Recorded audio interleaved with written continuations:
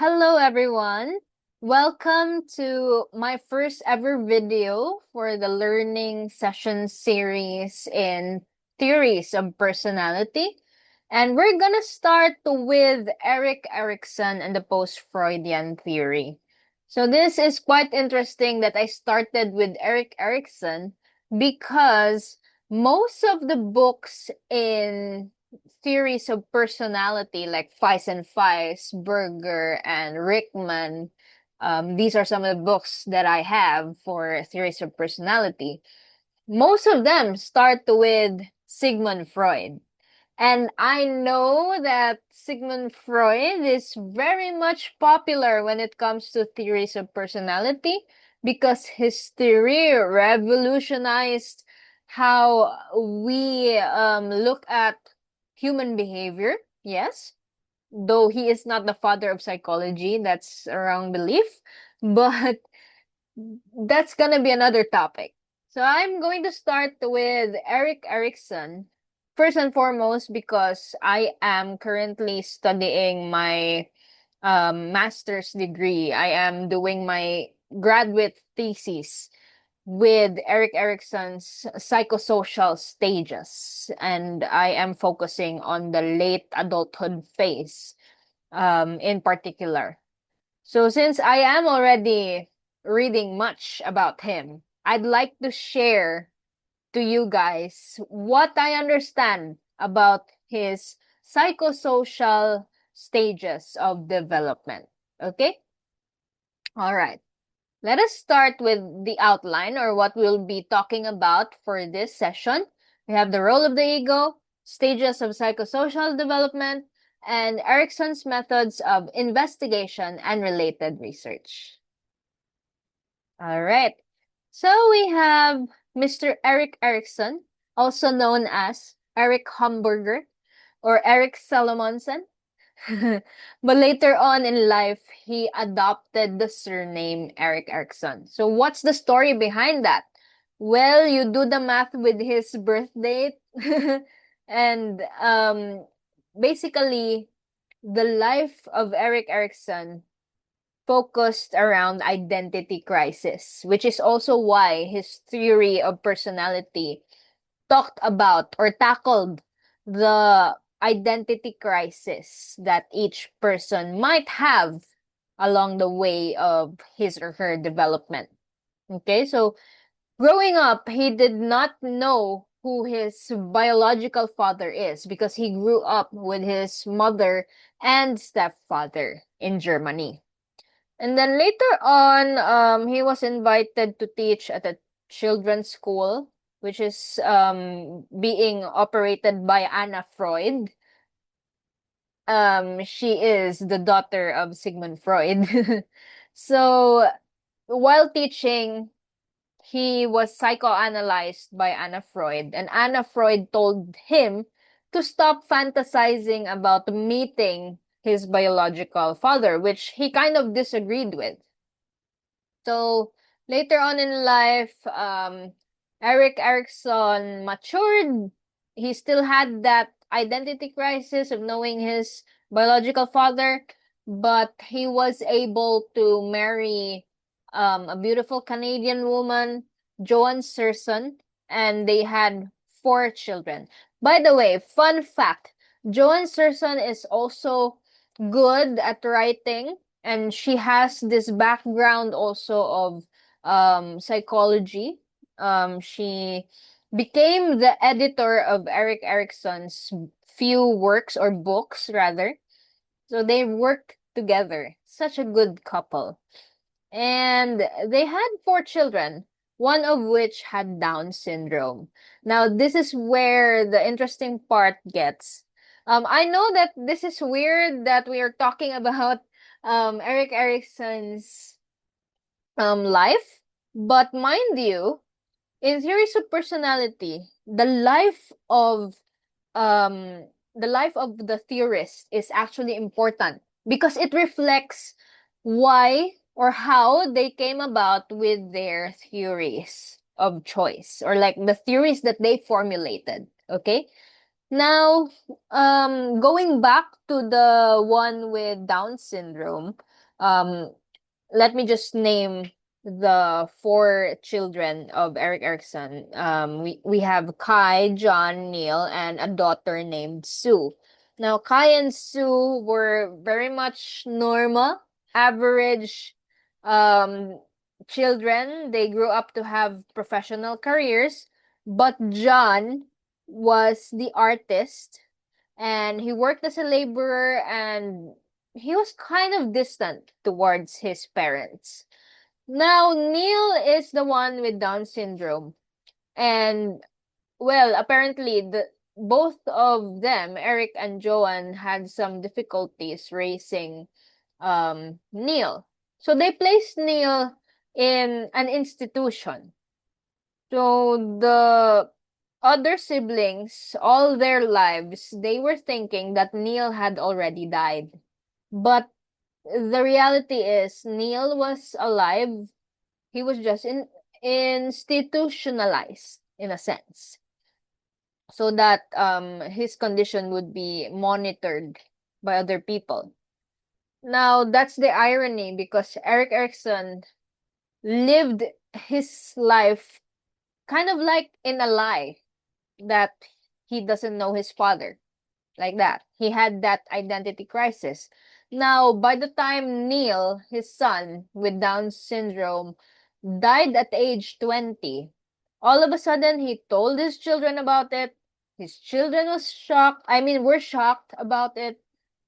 They had to arrange the funeral of a brother that they thought was long gone. Imagine that.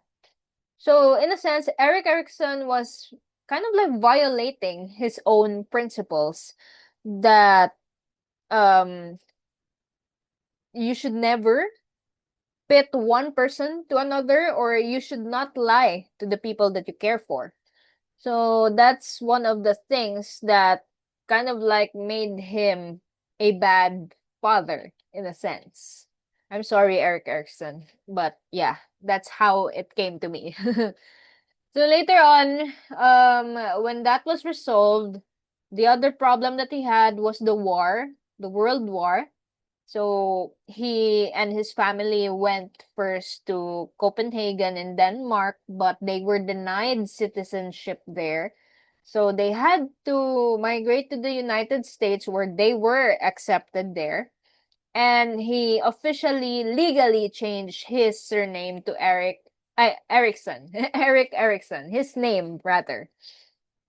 So yeah, that's the story of Erik Erikson. And later on, he became successful with his works, his books, and he accepted research and teaching jobs in different universities in the US up until the time that he died. Okay? Oh, sorry. Okay. So now we go to the nitty-gritty parts of things. Let's go first with how Erikson defined ego in the post-Freudian theory. Now, why would we say post-Freudian? Because apparently this is after Sigmund Freud. So most of the post-Freudian theorists made their theories that would counter or would support or would improve Sigmund Freud's ideas. Okay? So, according to Erikson, the ego is the positive force that creates self-identity or the sense of I, who you are. So, it gradually gains strength from childhood to adulthood. So, it's a lifelong process. That's why it's very much important in developmental psychology. So the ego is an unconscious organizing agency that synthesizes our present experiences with our past self-identities as well as our images of the future self. So imagine that. Your past, your present, your future, it's all being viewed as a whole. There's a coherence to it. Okay? So there are types of ego that Erikson introduced. First of all is the body ego. That's how we perceive our own bodies, how we experience, or how we um, generally look at what our bodies are made of and all that. So, how we describe our body. And we have the second, which is the ego ideal. It is the image that we have of ourselves. Oh, there's a typo here. Sorry about that. It is the image that we have of ourselves in comparison with an established ideal. So I think this is very much understandable. Like we have our own ideal self, or let's say we have the standards of society, or we put up our own standards, and then our actual self, we compare it to that standard or standards. Okay, that's the ego ideal. Now, the third is ego identity. It is the image that we have of ourselves in the variety of social roles that we play. So, in life, we don't just take on one role, we take multiple roles. We wear multiple hats. So, with that, in all those roles that we actually have just a singular identity that we have, and we describe ourselves in that way. Okay? So changes in these three types of ego can and do take place at any stage of life. That's what we're going to tackle next, in the next few slides, rather. Okay.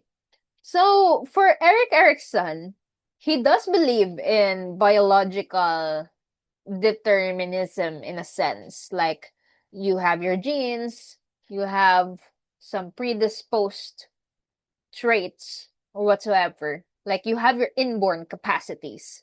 But at the same time, he put a lot of emphasis with regards to the societal or environmental influences. Okay? Because different societies have their own standards. They have different child-rearing practices. And not to mention, during the time that Erikson was teaching and researching, he was actually immersed to different cultural groups, or let's say um, tribal groups, and he examined them, he observed them, and he discovered that there are many kinds of child rearing practices that tend to shape the personalities of the people there. And this actually fits the needs and values of the culture. So as you can see, we have here the picture of Adolf Hitler. So as you know, although Hitler was from Austria, the time of the war really impacted how Erikson also um viewed personality development. Okay, and Erikson argued that all tribes or nations have developed the concept of a pseudo-species, an illusion defined by how a particular society is somehow chosen to be the human species. So, I don't want to delve much on politics with this, but Erikson is actually very interested in history. So, as mentioned, the war might have impacted how he viewed personality development. And he actually argued that historically, all the tribes and nations, including the United States, have this kind of pseudo species. So, in the past centuries, this belief has aided the survival of a group or a nation. And with the modern means of war or annihilation, such a prejudice perception, which is demonstrated by the Nazi Germany, threatens the survival of every nation. And as we're recording right now, it's April 9, 2026. We have the war in the Middle East and the US in Israel right now. It's a very hot topic. So it is really possible for a country to change how it views things and also annihilate another group or human species in a sense.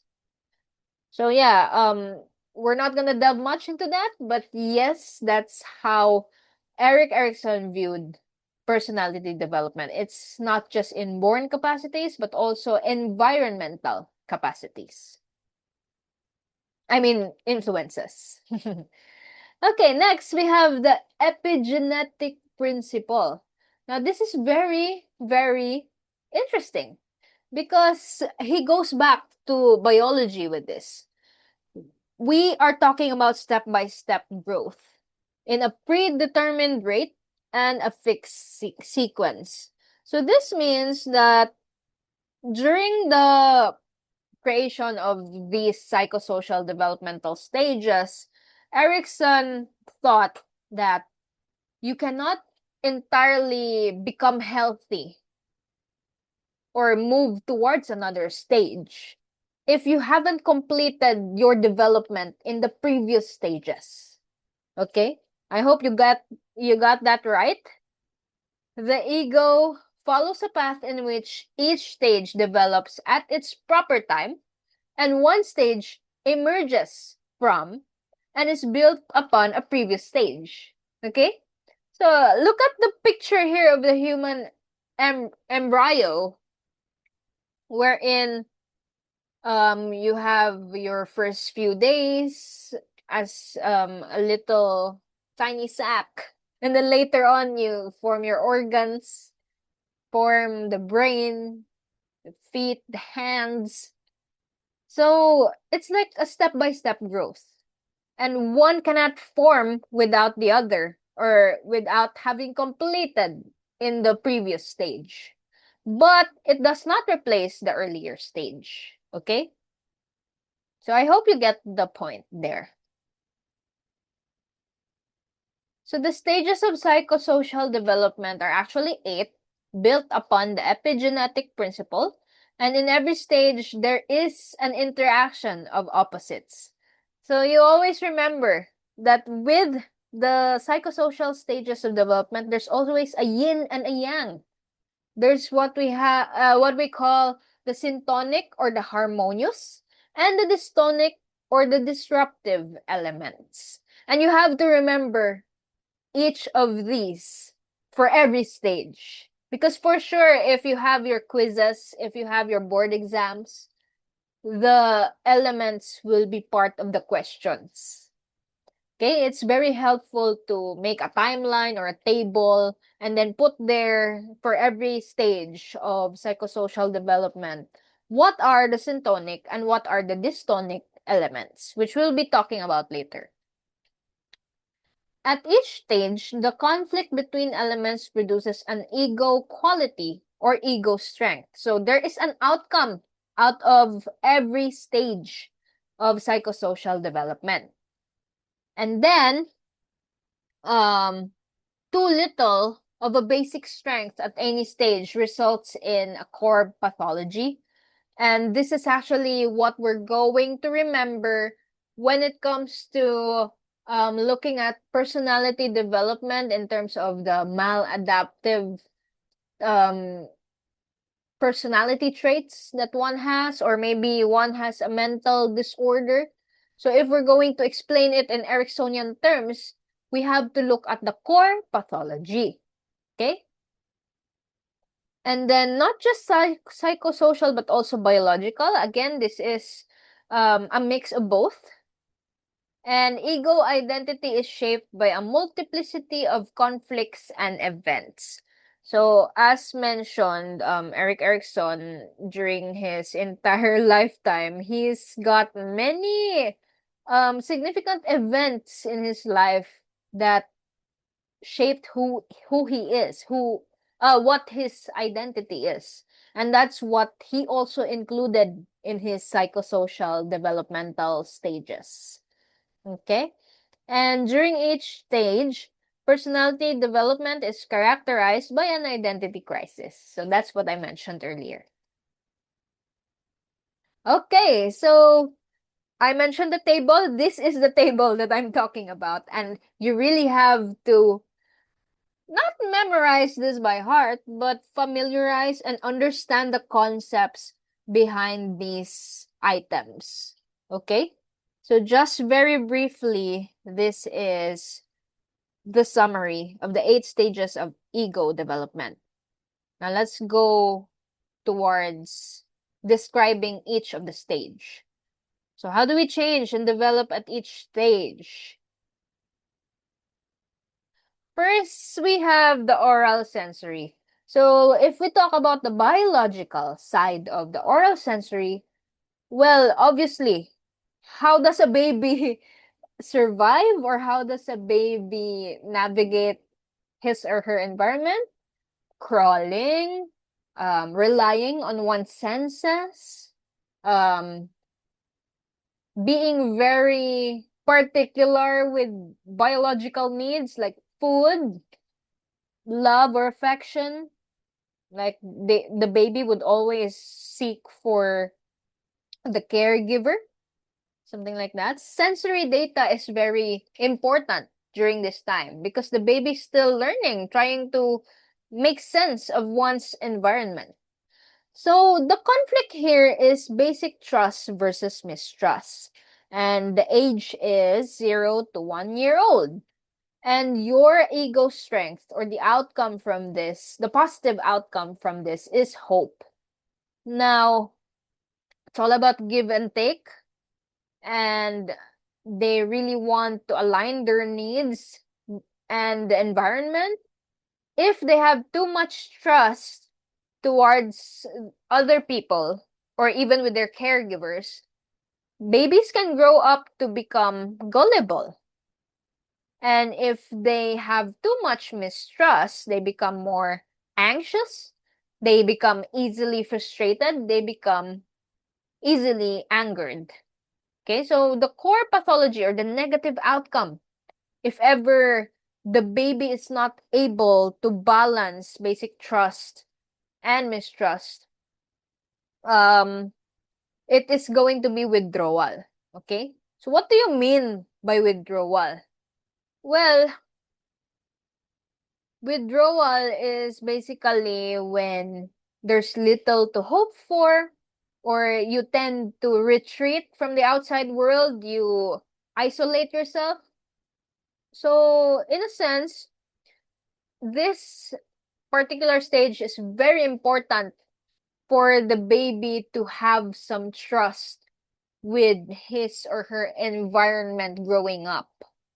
Okay? It's not just the people that they are with, it's also the environment in general. Like, is the world predictable? Is it uncertain? So that's how the baby tries to make sense of things. Okay, so let's move on. I bet you're going to understand this more with my photo examples. Okay, so we have the second stage, which is the muscular anal. Okay, so let's recall Sigmund Freud with this. This is very quite similar to Freud's theory. Essentially, this is all about potty, toilet training, you know, and also being able to control oneself in relation to the environment. So what's the conflict here? Autonomy versus shame and doubt. Okay? Remember that one. So with autonomy versus shame and doubt, the age is 2 to 3 years old. Ego strength that comes out of this stage is will. And the core pathology that comes out of this stage is compulsion. Okay? So in this stage, it's more than just toilet training. Okay? Because Freud really focused on that. With this stage, the kid or the toddler is learning how to interact with the environment. Okay? So there has to be a proper balance again between autonomy and shame and doubt. Okay? Because when you feel shame or when you have that doubt, you become self-conscious, right?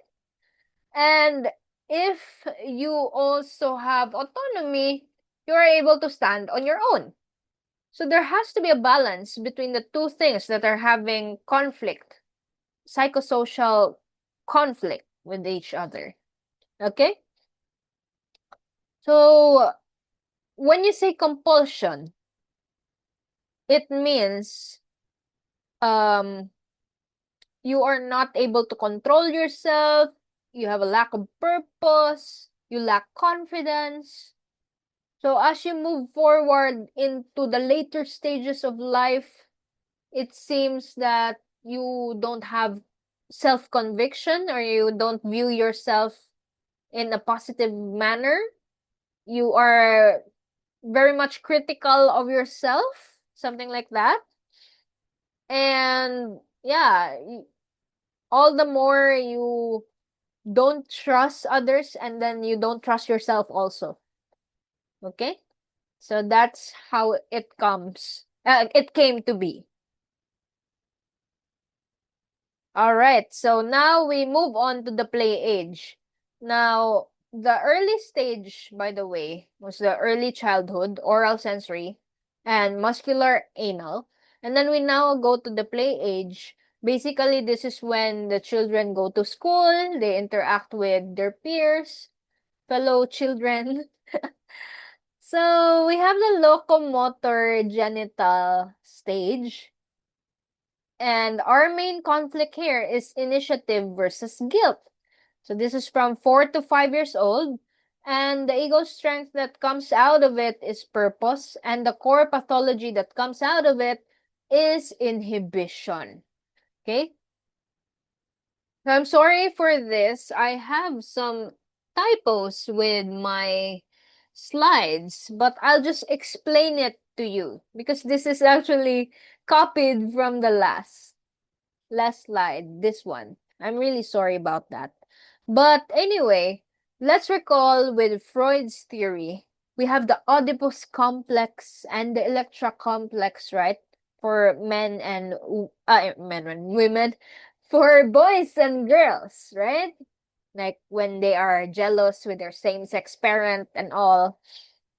Maybe I should really make another video about Freud. But yeah, if you have already known Freud's theory in that sense, I think it's important that you'll also know what's purpose and what's inhibition in Erik Erikson's terms. Okay? So, with play age, children already have enough muscular abilities to play with others, and even with their same sex peers, girls and girls, boys and boys. So now they have that differentiation of sexes this time. And their rudimentary will, which was developed in the previous stage, is now evolving into purpose. Children's cognitive abilities enable them to manufacture elaborate fantasies that include audible fantasies, but also include imagining what it is like to grow up or become not very powerful, but become more capable of standing on one's own, or to become quite ferocious. I know Erik Erikson was kind of like very ambitious with his choice of words, but essentially he meant that children at this stage become more imaginative. Okay? Then that's why we have here initiative versus guilt. It's in this stage that they have more cognitive abilities also to understand the world around them. Okay? And when you have your core pathology of inhibition, that means you don't really go out and play with others. The child becomes more withdrawn or is hesitant to play with others or to make a move in school. not very much active in school. So that's the locomotor genital conflict there. Okay, and the outcomes. Okay, next we have latency. The latency stage is characterized by the conflict of industry versus inferiority. I think this is very much easy to understand because this is such a long time of childhood. But this is where most of our memories come from, or like our bittersweet memories of growing up. And these are the years that we tend to look back and say, I wish I was a kid again. Because in these years, all that mattered was going to school. Going to school, playing with peers, and having good scores on a test. And, being good at sports, being good at games, being recognized for something in school. So that's why we have the positive outcome or ego strength of competence. You remember that. Children at this age range are very much obsessed with talents, with skills, with anything that's making them productive. And that is why if you noticed that during summer vacations, especially in an Asian culture, parents would enroll their children to different summer classes like violin, piano, swimming, taekwondo, karate do, basketball clinics, and whatsoever. Some would even enroll their children to advanced studies. Like if they're going to be 5th grade next semester, they're going to take the first few subjects or first few course matter advance. Okay? So essentially the child is not having fun during summer vacations. But yeah, that's the characterization of this stage. And the core pathology or the negative outcome that comes from this conflict and stage is inertia.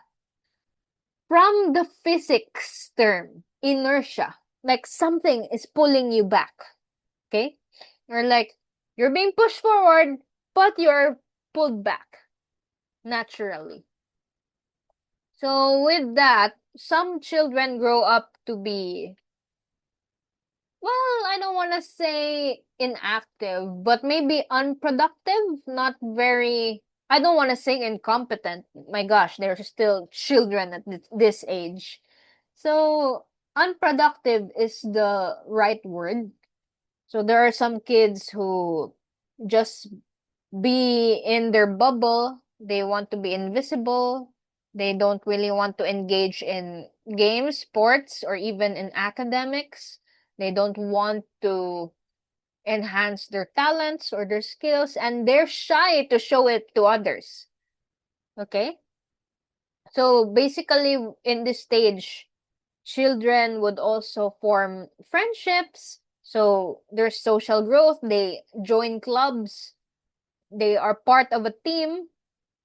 So there's a willingness to remain busy with something and achieve a particular goal, especially if it is being reinforced by their own parents.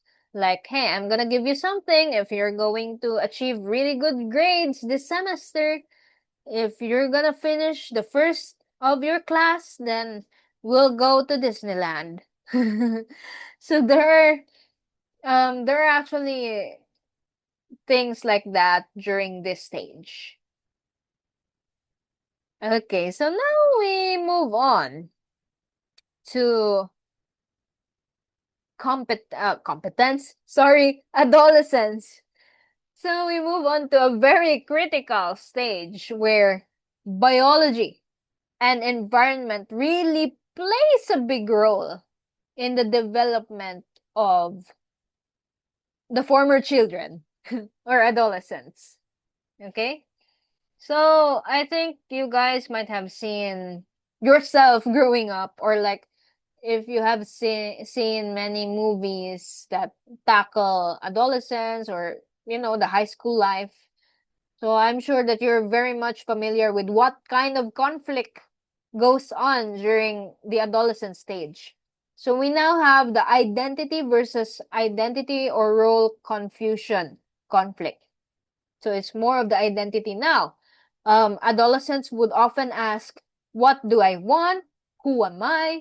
Why am I here? All of those things are being, being thought of or replayed in their minds. So now the core pathology that comes out of this is the role repudiation. I don't know if I'm saying that correctly, but yeah, role repudiation, or the blockage of one's ability to synthesize various self-images. So as mentioned, the three types, the body ego, ego identity, and ego ideal. If that's not being synthesized as early as adolescence, then you're gonna have trouble for the rest of your life because you can't synthesize it. You don't know who you are, how you view yourself physically. You have issues with that, then it's gonna trickle down to the next stages of life. It's a domino effect. And if you don't know much of your values, you can't really synthesize that, then that would be expressed through diffidence or defiance. So that's when, during puberty, teenagers tend to do impulsive stuff. Like others would engage in dangerous behaviors. Like some teens would gang up together, like they join brotherhoods, sisterhoods. Some teens would date very early and, have sexual activities. And some would even try to drink alcohol, party at a club, or even engage in drugs, taking drugs or illegal substances. So that's basically where diffidence or defiance comes in. And if it's not in those impulsive behaviors, it could be still through isolating oneself, being critical about oneself. Some would become people pleasers at this point, not being able to build boundaries with other people. So this is where it starts to, evolve and become a more serious matter. And this is where young people build their self-image. So basically, we've all been here. And we have young adulthood, which is very, very interesting because this is, let's say, dependent on the adolescent stage. It's like an extension of it, epigenetic principle.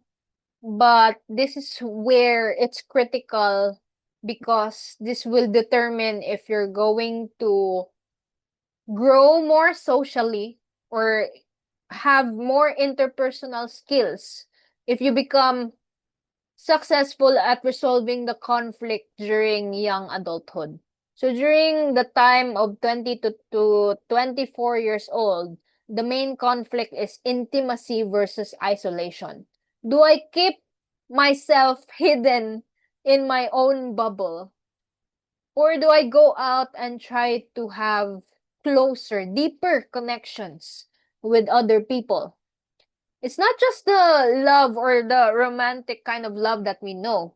It's also the friendships. It's also being with family, choosing to serve your parents or like give back to them even if you have already moved out. Those kinds of choices. Choosing to become friends with your office mates even if it's not expected of you because you just go to work, clock in and clock out after. So yeah, the core pathology is exclusivity. Like, this is the intense kind of isolation one can do to oneself. It's not just being an introvert, because there are a lot of introverts who love being outside, traveling and meeting new people. They just have a kind of limit to what they can accommodate in terms of the stimulation and meeting people, talking with people. They can still do it. Introverts can do it. But it becomes a problem when you no longer open yourself to possibilities of connecting with others. You shut yourself down. That becomes a problem already. So having a strong sense of identity or a stable ego is an ingredient for intimacy. So that means if you don't know yourself that much, or you don't love yourself that much, you're still critical about yourself, you still don't know what you want and what you want to do in the future, then maybe intimacy or close relationships won't be for you. Mature intimacy means an ability and willingness to share mutual trust, to compromise, sacrifice, and commit. This is when you are serious about your relationships. You don't just, put in false promises, or you're not able to follow through with your connections towards other people. Okay? Now we move on to middle adulthood. Basically, we're almost done because this is the, let's say, the longest period of the psychosocial stage of development. Actually, some people would call this the sandwich generation, because at this age, 25 to 64, well, for most of the people in this world, especially the heterosexual ones, they're either taking care of their old and sick parents and then starting their own life, having children, also taking care of their children, or it's just that they're career oriented and they can do everything, or they can choose not to connect with people or family. They don't create or maintain a family. So the choice is theirs. So this is the conflict of generativity versus stagnation from 25 to 64 years old. And the ego strength is care. Okay, so it means you're able to take care of others, you're able to help others, and you have that concern towards others. You want to become useful in society. Okay? So the core pathology is rejectivity, or the unwillingness to take care of others. You don't really have to have a maternal instinct for you to be generative. In a sense, Erikson was saying that if you have resolved all the previous conflicts, you have a stable ego, you know yourself well, you are able to extend yourself to others this time. Okay? It matters to you now that what can I do for society to thrive, for my community to be okay? You tend to recognize this time that there's a bigger world outside of your own circle. There's a bigger world out there and it needs changing. I need my world to be better so that I can also be better. So you now have that understanding cognitively. Okay? And it is often characterized by a strong need to guide younger generations and to society in general. So that's why we have care and rejectivity. Okay? So also rejectivity is when you tend to become self-centered and you tend to believe in things that my country or my group is better than yours. So that's where the pseudo-speciation comes in, pseudo-species. And you tend to dismiss others just because they don't align also with your values or your beliefs about how the world should work. Okay, so that's rejectivity. Okay, next. And the last, we have old age. Ego integrity versus despair from 65 upwards. Actually, this is how Erikson described ego integrity. This is when everything's been completed, you have a stable ego, and your past, your present, your future are coherent, meaning they're all tied up together into one whole. Okay, they're not separate parts. You are who you are. You're a one whole already. Okay? And when you're old enough, what goes out or what's the outcome is wisdom, and your core pathology is disdain. And despite your physical and cognitive limitations, because for most of the studies or most of the theorists, they would really say old age is all about declining physical health. This is when you start dawning or you start to see the end of your life. You start to prepare for those things. Okay? But old age, according to Erik Erikson, is not just about that. It's also about being reflective, being able to look back and say, I don't have any regrets. Okay? But if you have despair, if your despair goes up, you tend to say, oh no, I should have done that. I should have married someone else instead. I should have spent more time with my children. I'm running out of time. I should have died a long time ago. I am a burden to everybody. I shouldn't be here anymore. So that's despair. I want to die ASAP because I've been diagnosed with cancer and I don't want to go through chemo. So that's despair there. Okay? Wisdom is the strength of old age because basically, with all your life experiences, with all that you know and you have experienced, then you have much to share with the younger generation. Okay? Wisdom draws from and contributes to the traditional knowledge passed from generation to generation. And in old age, people are concerned with ultimate issues, including non existence or death. Okay? So disdain is when um you're helpless or confused about yourself up until the very last phase of your life. And disdain is basically the continuation of rejectivity. Okay?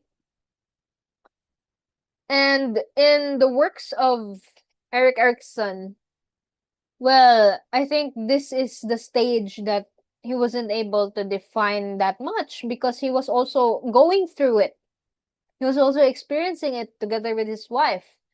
So it's like the chapter wasn't really refined, I would say. As Erikson himself aged, he became less optimistic about old age.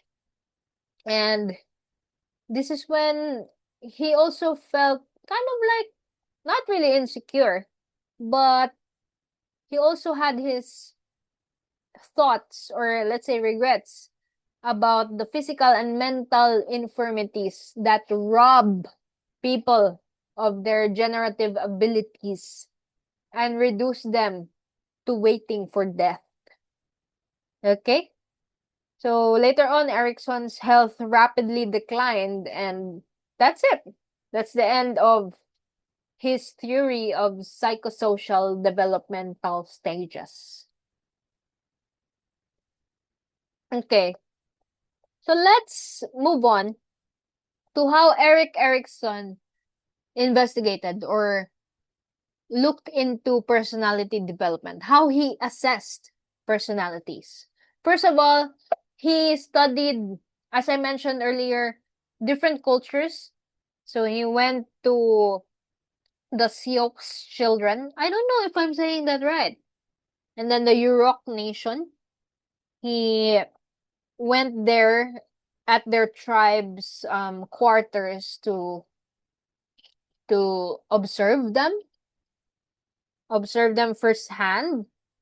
So I don't want to go into deep details about that, but basically he saw how the cultures there valued farming or hunter gatherer concept, or raising children, rearing children,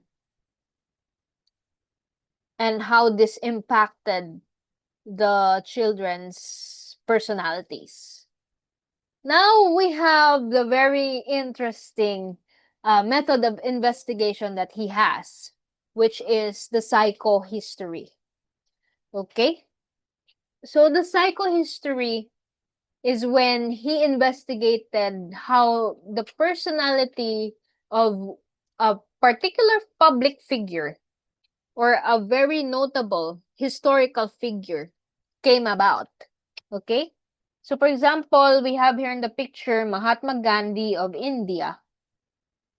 He was very interested in how Gandhi grew up and eventually had his significant events in life, such as that particular strike wherein he did not eat for days so that the laborers would have an increase in their wages. So it was quite interesting to him.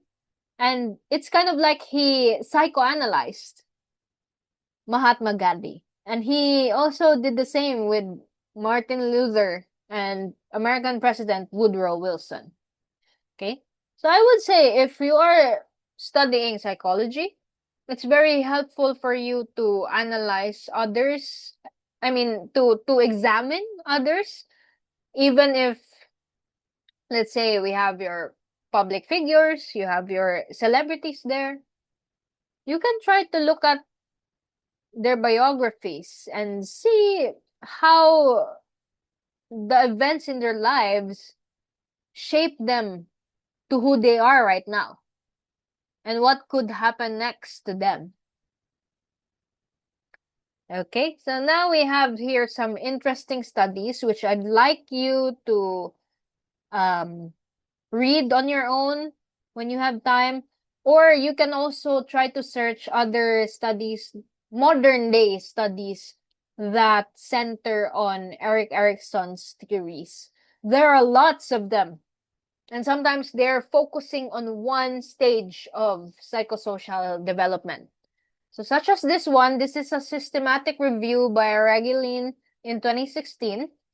It was found that adolescents' identity development is positively related to their relationship with their peers, particularly based on mutual respect and acceptance.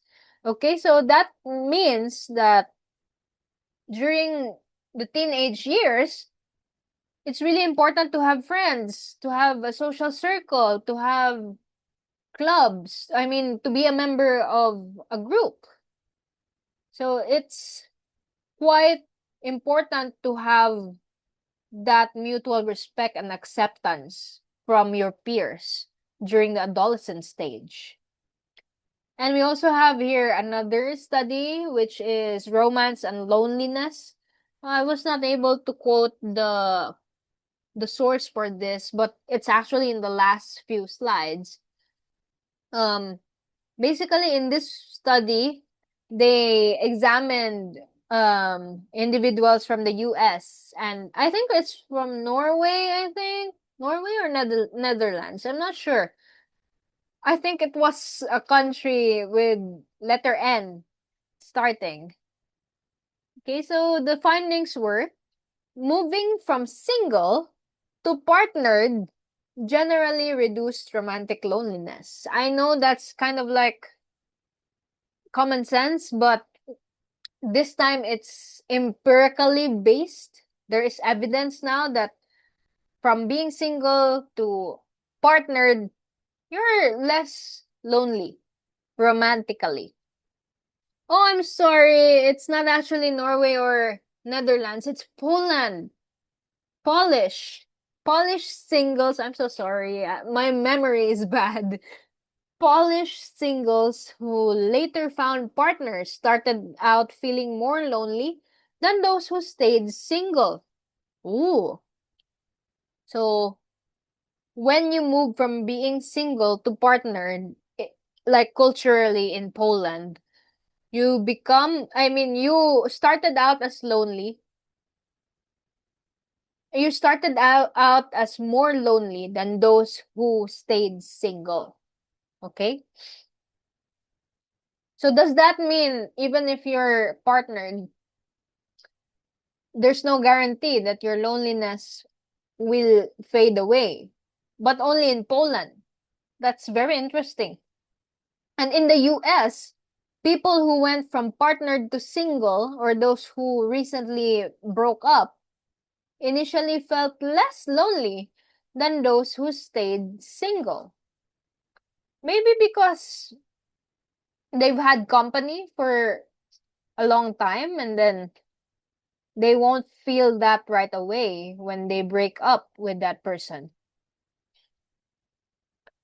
And lastly, higher relationship satisfaction was linked to lower loneliness. And when satisfaction grew, loneliness tended to grow less. Do you understand that? So basically, when you're satisfied with your relationship, you're less lonely. And as it grows, like as your satisfaction grows, your loneliness kind of like plateaued or stayed the same. It did not grow any less. It became stable. That's my understanding of that. Okay? So, as you can see, these two modern day studies, they explored Erik Erikson's psychosocial stages. In particular, identity versus identity role confusion in adolescent stage, and intimacy versus isolation in the young adulthood stage. Okay, we are now on to our last slide, which is my assignment for you guys so that you will be able to demonstrate your understanding for Erik Erikson's psychosocial stage of development. So learning check, what stage are they in? Name a hero, villain, couple, or a duo in a movie or TV show and identify the following. What stage are they in? And the ego crisis they're facing? And it's also possible for you to like try to synthesize or try to see how they resolve their crisis or how they are going to act towards their crisis if, for example, these characters have not yet resolved their crisis. What's your prediction for that? Okay? Compare and contrast the ego strength or core pathology that the duo have. Okay? So for example, Elfie and Glinda, what core pathology or ego strength do they have? Do they have the same or are they different? Try to compare and contrast that one. Okay? Okay, so my microphone got disconnected while I was recording this. So I'll just tell you guys to study in advance or like study in detail the book and study sources that flashed on the screen here. And it's very helpful for you to read all of these in detail so that you can understand Erik Erikson more. And don't forget to hit like, comment if you have any questions. I'll try my best to answer. Comment if you have any suggestions for the next learning sessions. And subscribe for more beneficial or learning content regarding psychology. Subscribe, and if you find my video helpful for your studies, you can download it, you can share it with your classmates and your board review mates if ever you're having a certification or board exam. Okay, so let's do this, guys. Let's study together. Thank you for watching.